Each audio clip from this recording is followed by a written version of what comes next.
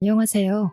이혼만이 유일한 저의 살 길이었던 속상한 사연을 하나 들려주고자 찾아온 이혼녀입니다.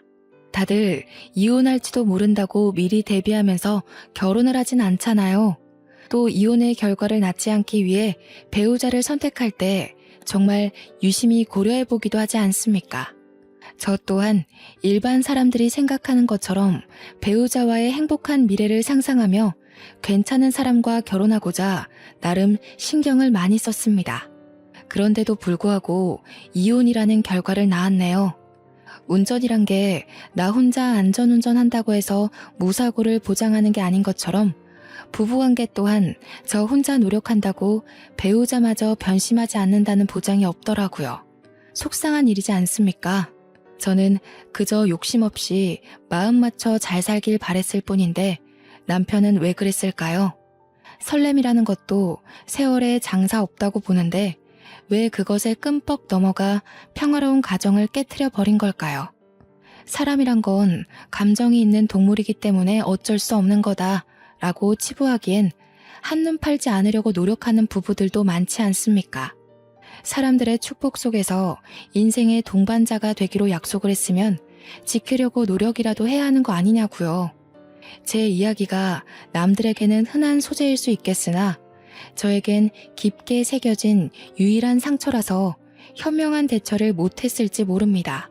많은 사연을 들어봤을 청취자분들께서 제 사연에 위로 한마디씩 얹어주시면 감사하겠습니다. 저에게는 순진하고 여자에 대해 아무것도 모르는 모태솔로 남편이 있습니다. 저를 만나기 전까지 남편은 나이 31살이 되도록 여자랑 손도 한번 안 잡아본 쑥맥이었어요. 제가 아동복지협회에서 일하는 사람인데 남편이 시청 공무원이다 보니까 파견 직원으로 몇 번 만난 적이 있었거든요. 남편이 제게 먼저 관심을 주면서 대화를 트기 시작한 사이에요. 제가 살고 있는 곳은 조금 작은 도시 수준이었고 그래서 저희가 일하는 곳은 젊은 사람보다는 기혼녀와 나이 지긋한 어른들이 많은 곳이었습니다. 그 때문에 아마 미혼이고 자기보다 어린 여자인 제가 남편 눈에 든 것이 아닌가 싶어요. 저는 남편보다 4살이 어렸는데요. 첫 취업하자마자 저도 주변에 제 또래의 젊은 직원이 거의 없다 보니까 심심하긴 했거든요. 몇 없는 젊은 사람들은 다 가정이 있어서 퇴근하고 가볍게 맥주 한잔할 동료도 없었습니다. 지연 학연 전혀 없는 곳에 취업된 경우라서 더더욱 외로웠죠. 저 또한 우리 회사에서 미혼의 젊은 남성을 본 건 남편이 처음이었어요. 남편의 관심으로 처음 대화를 했을 때 남편이 미혼이라는 말에 얼마나 반가워했는지 모릅니다. 그냥 그 사실만으로도 친구가 생긴 기분이었거든요. 그럼 마치고 식사 같이 하실래요? 사실 저도 이곳엔 아는 사람도 없어서 퇴근하면 아무것도 안 하고 집에만 있거든요. 어머, 정말요? 저야 너무 좋죠. 안 그래도 저도 집에 가면 쥐 죽은 듯이 누워서 휴대폰만 하는데 너무 잘 됐다. 그럼 저희 번호 먼저 교환할래요? 남편이 먼저 말을 걸어주었지만 관심의 척도는 제가 더 높지 않았나 생각합니다. 바로 연락처를 뿌리는 저의 적극성에 남편이 좀 당황하더니 금세 웃음을 보이면서 받아줬던 걸로 기억해요. 남편과 늘 공적인 대화만 나누다가 바깥에서 사적인 만남을 가졌는데 솔직히 나 자체가 제 타입은 아니었습니다. 외적인 것도 제가 좋아하는 스타일과 완전히 반대였고 여자에 대해 너무 모르는 순댕이였기에 제가 괜히 남편에게 때를 묻힐 것만 같은 느낌이 들더라고요. 그래서 이성으로 본 적은 없었고 대화 주제도 재미가 없었지만 제가 얼마나 타지에서 외로웠으면 그 시간마저 귀하게 여겼을까요? 이상한 개그를 하는 남편의 말솜씨에도 리액션을 열심히 해주면서 당시 분위기를 즐겼던 것 같습니다. 퇴근하고 먹는 반주가 그렇게 맛있는지 처음 알았다니깐요. 저는 남편과 종종 그렇게 바깥에서 시간을 함께 보냈습니다. 마음으로 통하는 부분도 많고 공통점도 제법 많아서 대화가 끊기지 않고 계속 이어졌어요. 하지 않았다는 거죠. 저는 남편을 동료 직원 이상으로 생각해 본 적이 없었는데요. 어느 날 남편이 제게 고백을 하는 거 아니겠습니까? 솔직히 많이 당황했습니다. 저더러 받아주지 않아도 된다고 하면서 그냥 말해주고 싶었다고 하길래 그것만으로도 이미 부담은 왕창 느꼈죠. 아마 그로 인해서 잠깐 남편이랑 멀어졌을 거예요. 제가 일부러 말수를 줄이고 피하면서 연락이 와도 피곤하다고 계속 거절을 했거든요. 남편이 눈치가 없어서 돌려 말하니까 전혀 모르더라고요. 제가 몸이 안 좋다고 만남을 피하면 약을 사다 주고, 친구들이 놀러와서 약속이 있다고 피하면 친구들과 시간 잘 보내라고 모바일 쿠폰을 보내주기도 했습니다. 이 마음을 계속 받는 것이 미안할 정도로 남편은 저한테 점점 더 호의적으로 변해갔어요. 이대로는 제가 희망 고문을 주는 나쁜 사람이 되는 것 같아서 남편에게 그만 제 의사를 확실히 표현해줘야겠더라고요. 그런데 얼마 뒤 제게 하나밖에 없던 가족인 엄마가 돌아가시면서 저는 남편에 대한 마음을 확 바꾸었습니다. 남편은 누구보다 저를 걱정해 주었고 장례를 치르는 내내 곁에 있어줬어요. 정신 못 차리고 있는 저를 대신해서 장례 절차도 모두 해결해 주었고요. 외동에다가 사촌들도 여자들이라서 남자의 손이 현저히 부족한 상황이었는데 그걸 흔쾌히 남편이 다 해주었다는 겁니다. 저희 엄마 관을 들어주는 것도 남편이 자처했어요. 친인척들은 남편을 보고 저한테 남자친구냐고 참 사람이 수더분하고 무던해서 좋다고 칭찬을 했습니다. 거기다 대고 저는 그가 남자친구가 아니라는 말을 하지 않았어요. 그냥 묵묵히 음료를 정리하고 있는 남편을 보면서 크게 의지를 했던 것 같습니다. 그때 처음으로 남편에게 이성으로서 마음의 문이 열렸고 그와 동시에 저런 남자와 결혼을 하면 좋겠다는 생각까지 들었어요. 어쩌면 남편보다 늦게 출발한 마음이지만 제가 더 빠른 감정이 아니었나 싶습니다. 장례를 마치고 저는 남편에게 식사 대접을 거하게 했습니다. 어디 식당에서 사준 것이 아닌 저희 집으로 초대해서요. 와, 이 한희 씨가 한 거예요? 한희 씨는 얼굴도 마음도 참 예쁘신데 요리까지 잘하시네요. 어쩜 그렇게 다 가지셨대요? 한희 씨 만나는 남자는 분명 복 받을 겁니다. 그래요? 대영 씨가 저희 엄마 위해서 고생해준 거에 비하면 비루하죠. 그래도 늘 저를 좋게 봐줘서 고마워요. 그래서 말인데 대영 씨가 그 복 한번 받아보시겠어요? 제가 돌려서 고백을 한 탓인지 남편이 잘 못 알아듣더군요.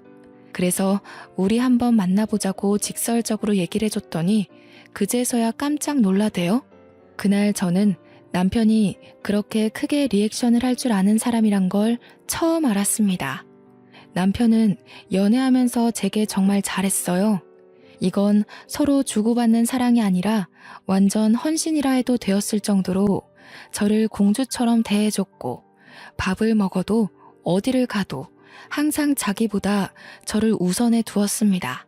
그런 마음 때문에 아마 제가 더 빨리 결혼에 대한 마음을 확신하지 않았나 싶네요. 결혼에 대해 정식으로 생각해 봤을 때가 딱 30살이었는데요.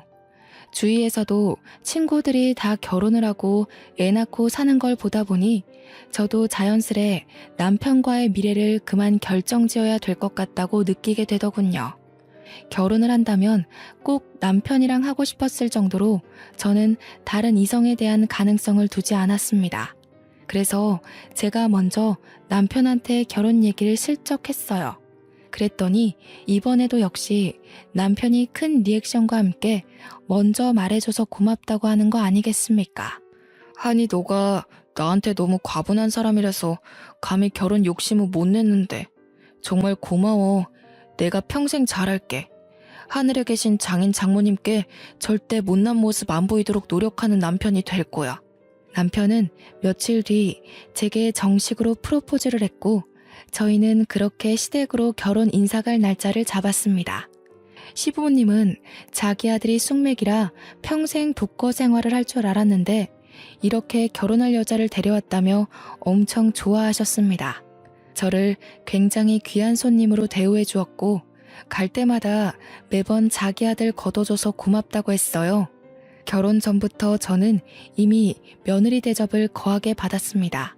그래서 저희는 식구 느낌 내기 위해서 결혼을 하고 시댁으로 합가를 하려고 했습니다.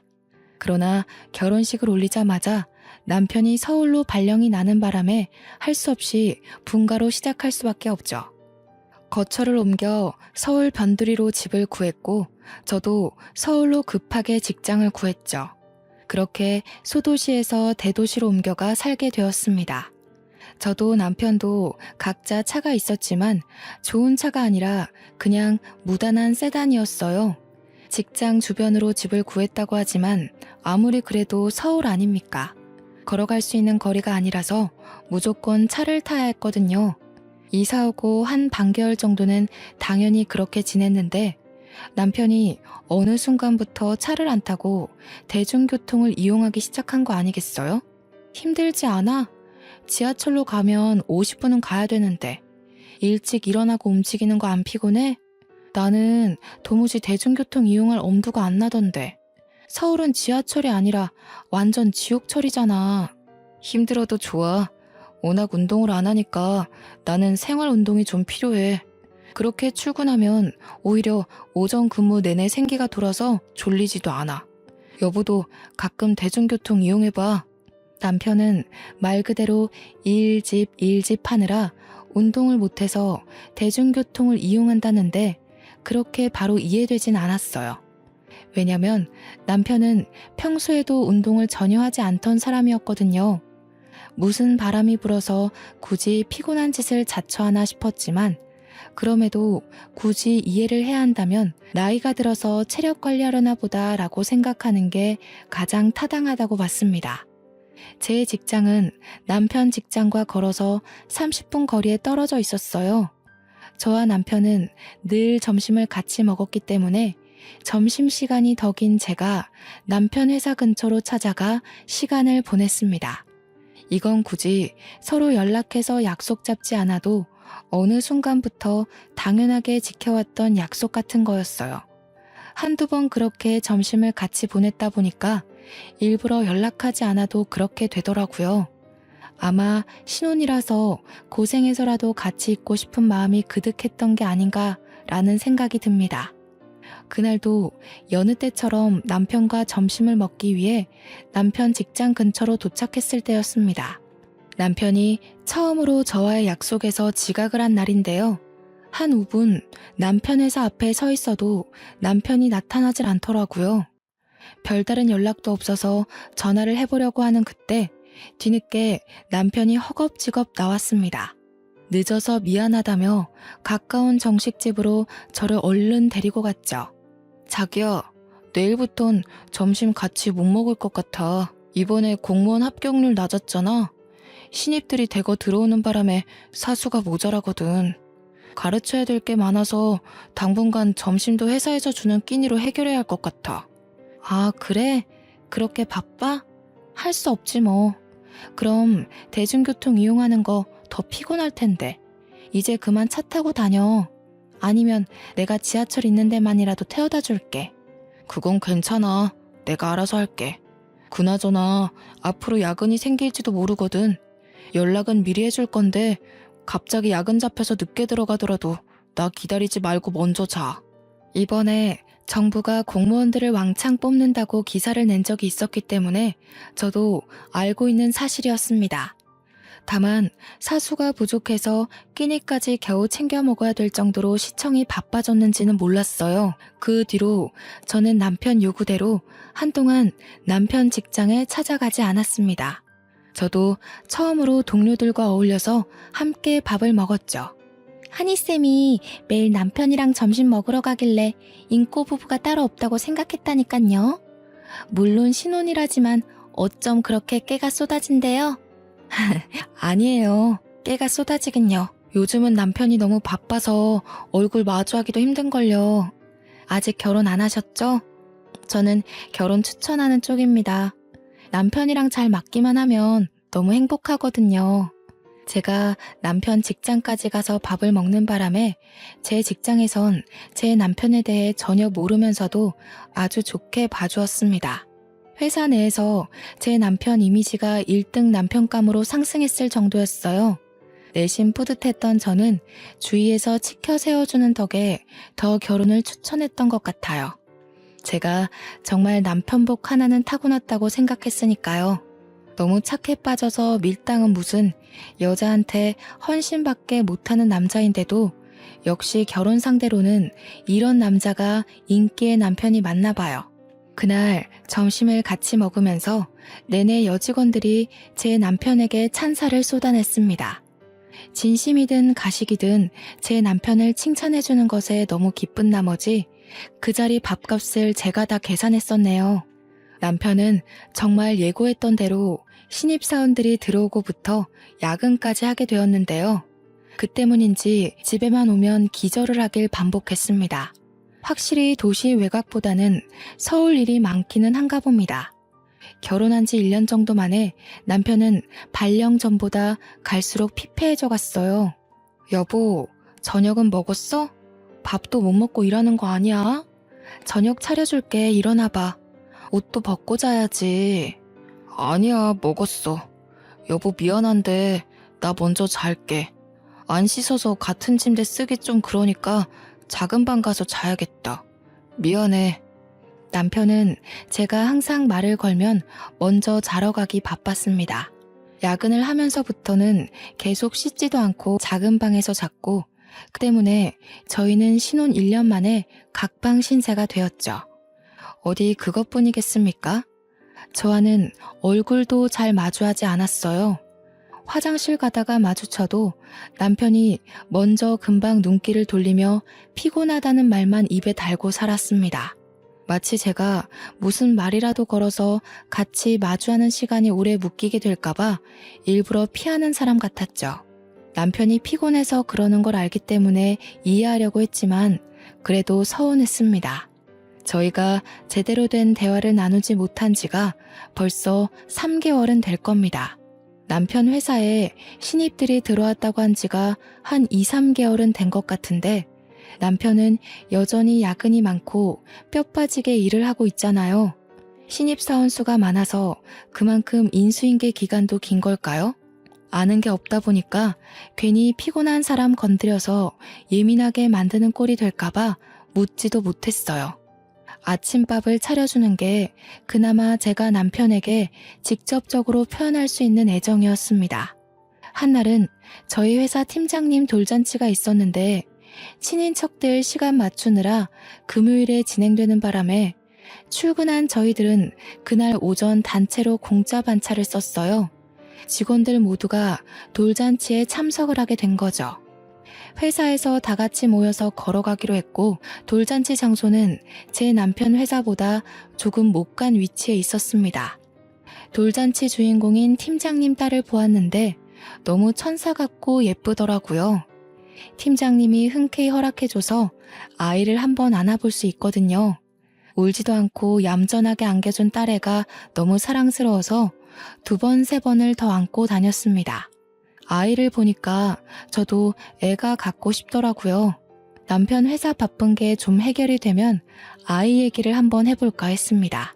당연히 평소 아이에 대한 계획은 생각하고 있었지만 아이를 막상 직접 보니까 그 시기를 앞당기고 싶은 거 있죠. 당장 그 돌잔치에서 겪었던 감정을 남편에게 문자로 표현했는데 역시 남편은 바쁜지 답장이 없었습니다. 돌잔치에서 점심을 먹고 난 후 잠깐 요깃거리 한다고 직원들이 대거 카페를 찾았는데 시청 근처에 카페가 많으니까 제가 그쪽으로 가자고 먼저 안내했어요.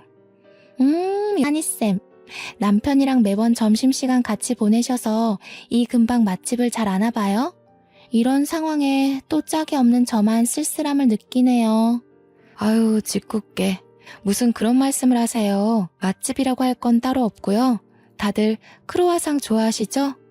제가 자주 들렸던 곳이 있는데 맛이 참 대중적이거든요. 이쪽으로 오세요.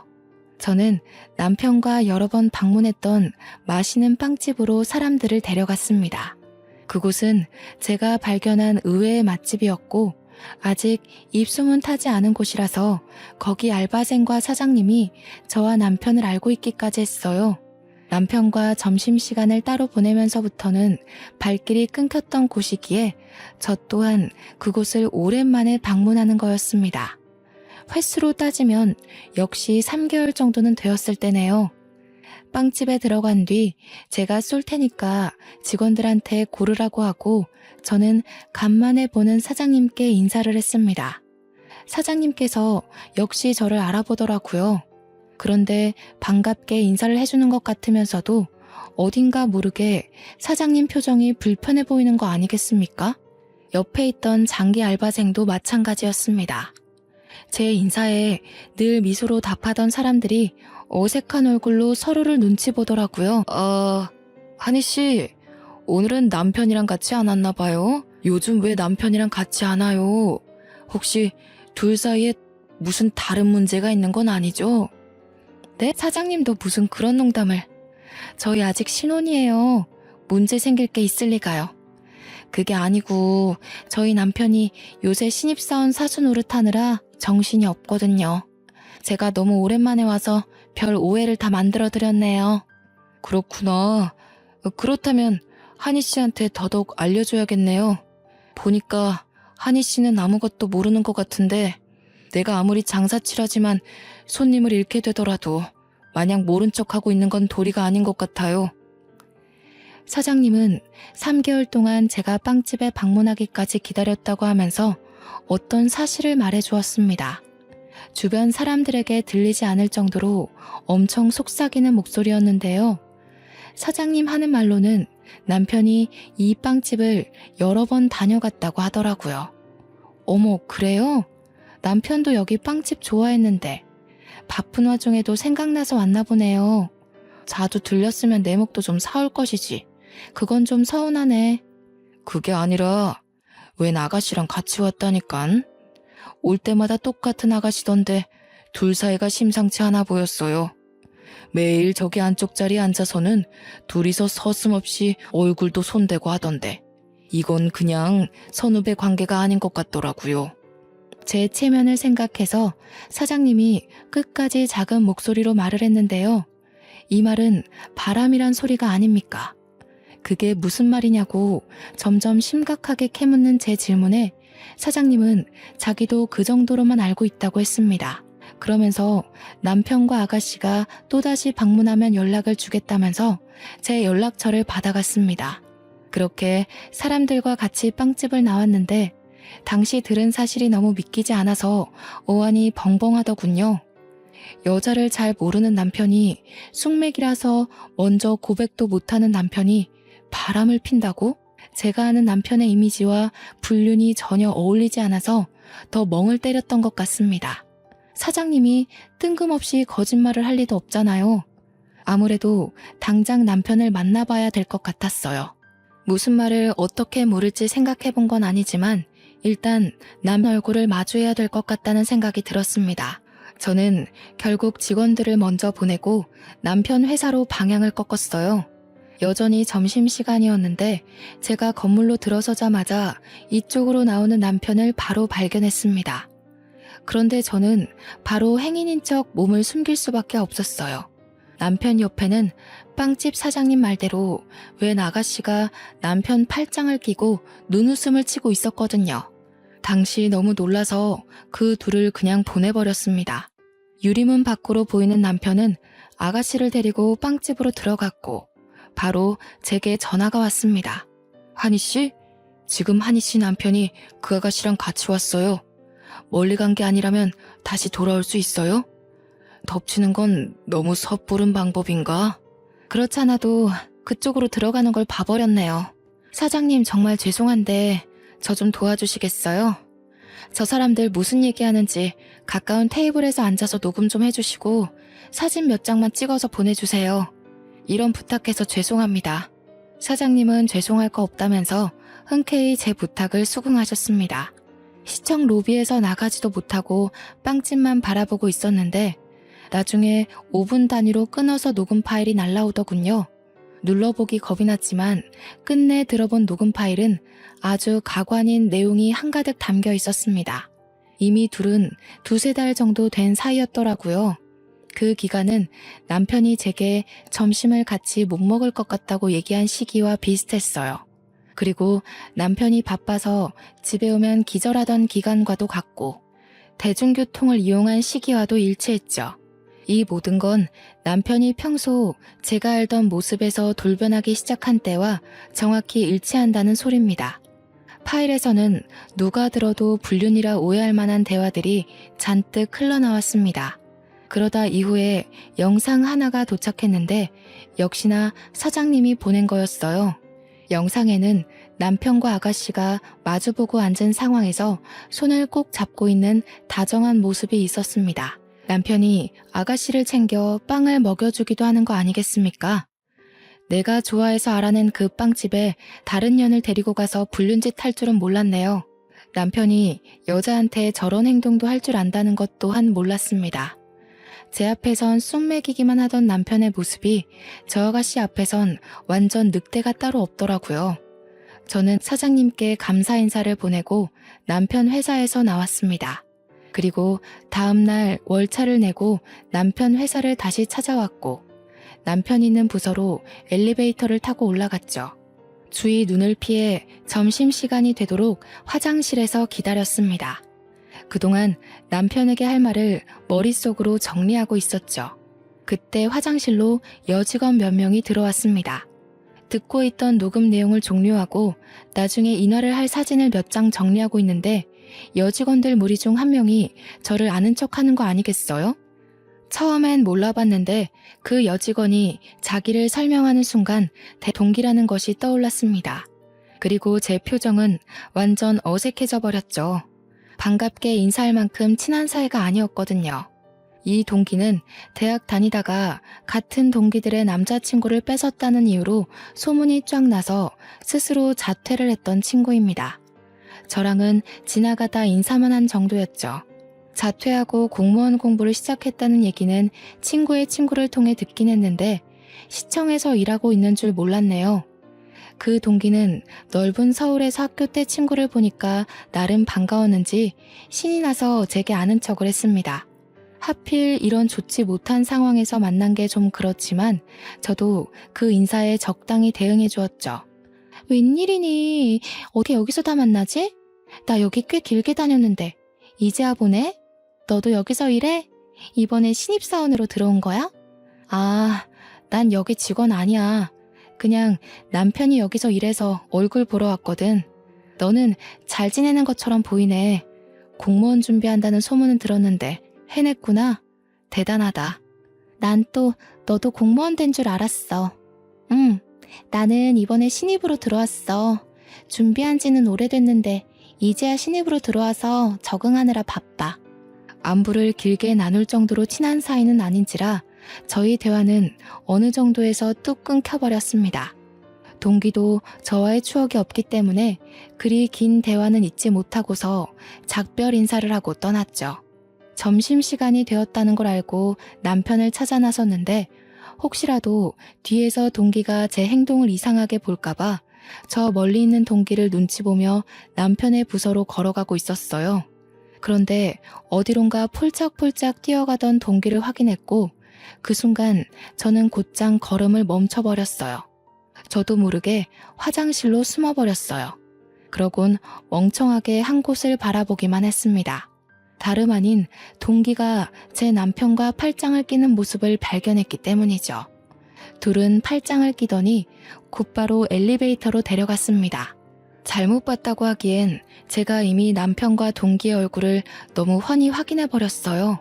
동기의 사근사근한 웃음을 보니까 그 순간 사장님이 보내줬던 영상 속 여자의 옆모습이 스쳐갔는데요. 저는 바로 영상을 확인했고 영상 속 여자의 손목시계와 동기의 시계가 일치한다는 걸 발견했습니다. 그걸 알고 나서는 당장 그 둘을 뒤쫓아갔죠. 적나라한 사진을 몰래 더 찍었습니다. 역시나 둘은 불륜 사이였던 겁니다. 사실 빵집 사장님이 처음 언지를 줬을 때 이미 예상했던 그림이긴 합니다. 다만 10% 정도는 빵집 사장님이 잘못한 거라고 부정했는데 이젠 남편을 향한 마지막 신뢰마저 완전히 사라져버렸다는 거예요. 그 와중에 희한한 건 여기 공직 사람들은 대놓고 불륜을 저지르고 있는 남편을 보고도 왜 가만 놔두는 거지? 싶었습니다. 그래서 무작정 남편 부서에 들어가서 남편의 동료로 보이는 분 잡고 물어보니까 다들 남편이 결혼한 줄 모르고 있는 실정이더군요. 황당했습니다. 남편의 기혼 사실을 아는 사람이 한 명도 없다는 건 남편이 서울로 발령 오면서부터 총각인 척 했다는 거 아니겠습니까? 그럼에도 제가 둘 앞에 바로 모습을 드러내지 않았던 건 이대로 허무하게 밝혀서 그 둘이 빠져나갈 구멍을 마련하도록 기회를 주는 게 싫었기 때문입니다. 그래서 더 머리를 굴렸습니다. 제가 복직 전공했기 때문에 그쪽 관련 직업을 가진 동기들이 많은데 그중 교정복지사로 일하고 있는 친구한테 연락을 했습니다.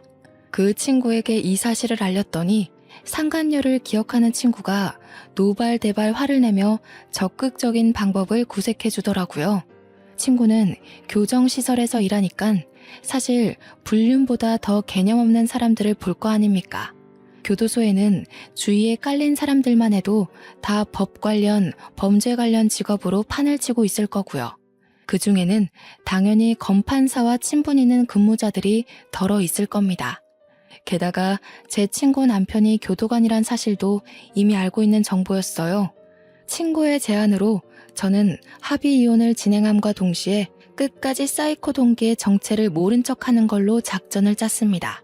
그리고 나서 친구가 말하기를 이혼을 한 뒤에 상간녀를 소송하라고 했어요. 법에 대해 잘 몰라서 친구 덕분에 처음 알게 된 건데 이혼하고도 상간녀를 소송할 수 있고 이혼한 뒤에는 민사가 아닌 가사소송으로 들어간다고 합니다. 사건이 이렇게 빠지게 되면 위자료도 더 높게 측정될 수 있다고 했어요. 변호사비가 2배로 들 수는 있대요. 하지만 친구가 그건 걱정하지 말라면서 변호사는 지인 찬스로 할인해 줄 테니까 자기가 시키는 대로 하라고 하더군요. 그래서 저는 친구를 믿고 그날 밤 집에 들어온 남편과 대화를 시도했습니다. 그때부턴 겁이 없어졌던 것 같아요. 친구 아니었다면 내내 벌벌 떨고 있었을지도 모르는데 당시 상황이 누가 봐도 제가 더 유리했거든요. 남편은 여느 때처럼 저와 대면하길 피하더라고요. 매번 같은 레퍼토리였고 또 피곤하다는 핑계로 바로 씻으려 했습니다. 당신 바람피지? 요즘 여자들이 참 예쁘장하고 자기 관리를 잘해서 큰 물에 있다 보면 눈이 돌아갈 만해. 그렇다고 신혼 1년 만에 그러는 건 좀 너무하지 않아? 제가 던지는 말에 남편이 화들짝 놀라서 그제야 제 얼굴을 마주봤습니다. 얼마 만에 제대로 보는 건지 황당해서 감격스럽더군요. 남편은 제 말에 가타부타 설명도 없이 무작정 길고 날며 아니라고 부정하기 시작했는데요. 저 말고는 만나본 여자가 없던 사람이다 보니까 부정행위를 숨기는 표정도 그렇게 티가 났지 뭡니까. 남편을 캐묻고 사실을 밝혀내는 데에 전혀 문제가 없을 정도로 이미 다 알아차려졌네요. 끝까지 모르는 척 하시겠다. 불륜을 저지르려면 연습이라도 좀 하고 시작하지 그랬어. 불륜도 꾼들이나 하는 짓이지. 당신 같은 어중이 떠중이들은 덜미가 잡히게 되어 있다고.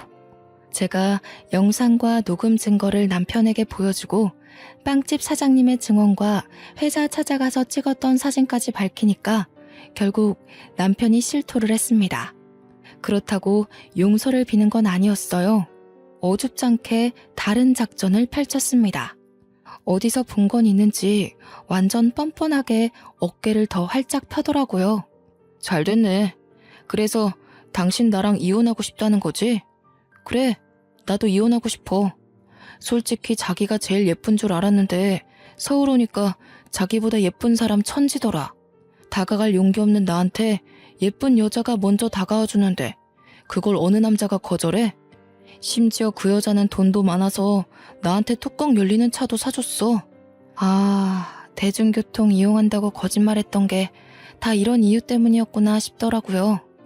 그것까진 몰랐는데 알아서 남편이 말해주니 더 어이가 없었습니다. 남편 성격을 알다 보니까 제가 이렇게 사실을 밝혀버리면 조금이라도 주눅이 들 줄 알았어요. 싹싹 빌면서 용서해달라고 할 줄 알았단 말이죠. 그런데 짧은 사이 일이 뻔뻔하게 변해버렸다는 건 그 동기가 남편에게 이래라 저래라 주입을 시킨 게 아닌가 싶기도 했습니다. 당황스럽긴 했지만 생각해보면 제 입장은 더 유리한 방향으로 흘러가고 있었어요. 남편이 동기에게 푹 빠지고 완전 길들여진다면 오히려 고맙죠. 왜냐면 동기 전현 부자 아니거든요. 대학 때도 친구의 남자친구를 뺏은 이유가 전부 돈 때문이었습니다. 동기가 꼬셔낸 남자는 고등학생 막 졸업하자마자 스포츠카를 타고 다녔거든요. 그걸 보고 눈이 돌아버린 거죠. 잘 사는 집 아들 한번 잘 꼬셔서 인생 한번 펴보려고 친한 친구의 남자친구까지 작정하고 꼬셨던 겁니다. 저 동기는 남자를 고르는 기준이 못생기고 돈 많은 스타일이에요. 제 남편이 부자는 아니지만 젊은 나이에 빠른 승진을 했기 때문에 미래를 보면 앞으로도 계속 비전 있는 사람이었거든요. 아마 저 동기가 제 남편 수준 정도로 만족하는 이유는 자기 수준 또한 그렇게 막 뛰어나지 않기 때문일 겁니다. 동기가 저보다 예쁜 건 사실이지만 그렇다고 지나가는 사람 다 돌아볼 정도로 예쁜 건 또 아니었으니까요. 그래봤자 불륜밖에 더 돼? 더러운 부정행위를 잘도 포장하네? 입 아프게 씨름하지 말고 깔끔히 정리하자. 당신 지금 그 여자랑 결혼하고 싶잖아. 내가 비켜줘야 그 여자랑 제대로 시작해보지 않겠어? 정말 이혼해주는 거야? 생각보다 시원하게 해결해주네. 당신이 꼬투리 안 잡아주고 바로 이혼해주면 나야 고맙지. 다른 걸로 문제 삼을 건 아니지? 그럴 리가. 물론 처음엔 배신감 느꼈지. 그래도 곰곰이 생각을 해봤어. 인생이 짧지도 않은데 평생 여자 하나랑만 즐겨보는 건 당신 입장에서 뭔가 억울할 것 같기도 하더라고. 당신이 당신 인생에서 마음 가는 대로 하겠다는데 내가 무슨 자격으로 붙잡겠어. 그래. 당신이 이렇게 마음 넓은 사람인 줄은 몰랐네. 아니, 알고는 있었지. 그런데 보통 부부관계에서도 이렇게 베풀기 쉽지 않은데. 아무튼 정말 고마워. 그렇잖아도 어떻게 말을 꺼내야 하나 고민 많이 했거든. 남편은 제가 너무 순순히 나오자 오히려 어리둥절해 했습니다. 물론 그도 잠시였고 금세 저 몰래 베란다에 가서 동기와 통화를 하더군요. 얼마나 좋았으면 목소리 커진 줄도 모르고 하하호호 웃기까지 할까요. 가서 뒤통수를 한 대 쳐주고 싶었지만 괘씸한 남편의 코를 제대로 납작하게 만들기 위해선 참아야 했어요. 그렇게 이혼 도장을 찍었고 관할 법원을 나와 그 앞에서 전 남편이 된 그와 마지막 인사를 나눴습니다. 전 남편이 잘 지내라면서 악수를 먼저 권하더라고요. 저는 계속 감정을 숨겼을 뿐 절대 이혼까지 마음먹는 게 쉽지 않았습니다. 법원에 오기 전까지는 보복할 마음밖에 없었는데 막상 이혼 서류를 제출하고 나니까 정말 모든 게 끝난 기분이었어요. 전 남편과 사이좋게 악수를 나누는데 참 기분이 많이 착잡했습니다. 그동안 당신 만나서 많이 배웠어. 당신 아니었으면 나 지금까지 결혼도 못하고 혼자 살았을 거야. 나한테 사랑할 수 있는 방법을 가르쳐줘서 고마워. 덕분에 좋은 사람 만나서 제대로 살아볼 수 있을 것 같아. 이런 사람을 두고 그간 추억을 떠올리면서 아쉬움을 느꼈던 제 자신이 숭비참했습니다. 이럴 거면 나한테 헌신하는 태도를 보이시나 말지. 그런 생각이 들면서 남편과 맞잡은 손을 놓았어요. 그리고 끝인사로 남편의 뺨을 시원하게 내리쳤죠. 그런데 그건 알아야 돼. 당신이 날 내몰고 이뤄낸 그 인연은 결국 떳떳해선 안 되는 관계라는 거. 절대 잘한 짓이 아니라는 거. 한 번만 해도 세상 사람 손가락질 받는 그 짓을 2번, 3번 반복해서 불륜에 중독되는 일은 없길 바래. 참, 그렇게 이뤄낸 결실이 절대 행복할 수 없다는 것도 알아두고 그렇게 저는 남편과 결국 마침표를 찍었습니다. 돌아서고 나니까 눈물이 나더군요. 이건 남편을 잃었다는 슬픔이 아닌 그간 저런 사람 옆에서 히히덕거리며 행복해했던 저의 쪽팔린 과거 때문에 화가 나서였습니다. 갈라선 뒤 저는 길게 슬퍼할 시간이 없었습니다. 친구 말대로 둘이 결혼하기를 손꼽아 기다렸죠. 그런데 이게 웬일입니까? 둘의 결혼 소식을 듣기 전에 아이 소식을 먼저 들어버린 거 아니겠어요? 상간녀가 제 남편 잡으려고 아주 발악을 했나 보더라고요. 그 때문에 결혼식보다 혼인신고를 먼저 했다고 들었습니다. 남편이 저를 좋은 친구로 남기려고 하는 건지 저한테 꼬박꼬박 문자를 남겨줘서 알았어요. 답장을 해준 적은 없지만 결혼 사실을 전달받기 위해서 아직 차단을 하지 않고 있었거든요. 그래서 저는 빠르게 소식을 알 수 있었습니다. 혼인신고를 했다면 이젠 정말 제가 승기를 잡을 때였어요. 저는 그제서야 친구 도움을 통해 추천받은 변호사를 선임했고 곧바로 상간녀 소송을 때렸습니다. 정확히 상간녀 쪽에서 소장을 받은 날에 남편한테서 전화가 왔는데요. 이혼하고 나서도 제게 문자만 했지 전화는 한 적 없는 사람이거든요. 그런데 얼마나 놀라고 마음이 급했으면 전화가 왔을까요? 당신 뭐야? 내가 받은 이거 상간녀 소송 맞아? 아니, 이게 어떻게 되는데? 우리 이혼했잖아. 그리고 이런 거 문제 삼지 않기로 하지 않았어? 사이좋게 이혼해놓고 왜 이래? 세상에 사이좋게 이혼하는 부부가 어딨니? 당신은 여자를 몰라도 너무 몰라. 뭐 그래도 당신이 내 말을 곧이곧대로 믿고 이혼 도장 찍는 덕분에 편하게 소송했어. 상간녀 소송은 법이 그렇대. 내 앞길에 빨간 줄 생긴 것도 억울한데 돈은 받아야지 않겠어? 당신까지 왜 이래? 안 그래도 와이프 때문에 골치 아픈데. 와이프가 지금 시댁에서 얼마나 사고치는 줄 모르지? 알고 보니까 완전 빚쟁이더라고. 뭐 이런 여자가 다 있대? 신용 불량자 주제에 카드는 또 뭐 일이 많은지. 나 이렇게 돈 개념 해픈 여자 처음 봤어. 이거 완전 사기 결혼 아니냐고. 전 남편은 제가 자기랑 이혼한 사이라는 것도 망각했는지 갑자기 저한테 속풀이를 엄청 하더라고요. 저를 원망하다가도 상간녀 욕하길 반복했는데요. 상간녀랑 이미 혼인신고는 해버렸고 애까지 생겨서 완전 발목 잡혔다고. 결혼식도 안 올렸는데 매일 싸운다고 합니다. 미안하지만 잠자코 듣던 저는 불난 집에 기름을 들이부었어요. 상간녀 실체를 까발리기에 때가 적당하다고 생각했거든요. 내 동기 중에 친구들 남친 뺏어 사귀는 성격 더러운 여자애가 하나 있었거든. 소문이 어찌나 더러운지. 아직도 걔 얘기하면 다 사이코라 그래. 걔 결국 눈치만 보다가 자퇴까지 해버렸잖아. 그런데 그게 누군지 알아? 네가 날 버리고 선택한 그 여자야. 네가 임신시킨 그 여자라고. 무슨 말인지 알아? 뭐라고? 뭐라는 거야? 갑자기 당신 동기 얘기를 왜 해? 우리 집 지금 엄청 힘들다니까. 소송 취하해달라고 부탁하는 거잖아. 역시 눈치가 없어서 못 알아듣네. 내가 여자 다루는 법만 알려준 게 얼마나 다행인지 몰라. 여자 보는 눈까지 길러줬다면 당신이 어디 벌 받는 기분이겠어? 당신이 불륜 속여서 이혼한 것처럼 나도 당신 속여서 위자료 좀 많이 받고 싶었을 뿐이야. 그러니까 당신 제대로 덫에 걸렸다고. 제 말에 충격을 꽤 받은 건지 전 남편한테서 돌아오는 말이 없었습니다. 저는 거기다 대고 사이코랑 손잡고 지옥길 잘 걸으라고 응원해주며 끊어버렸네요. 바로 연이어 전 남편한테 다시 연락이 왔지만 받지 않았고, 뒤늦게 연속해서 오는 문자들을 보니 그제서야 저한테 사과를 하면서 제발 자기 좀 도와달라고 빌더라고요.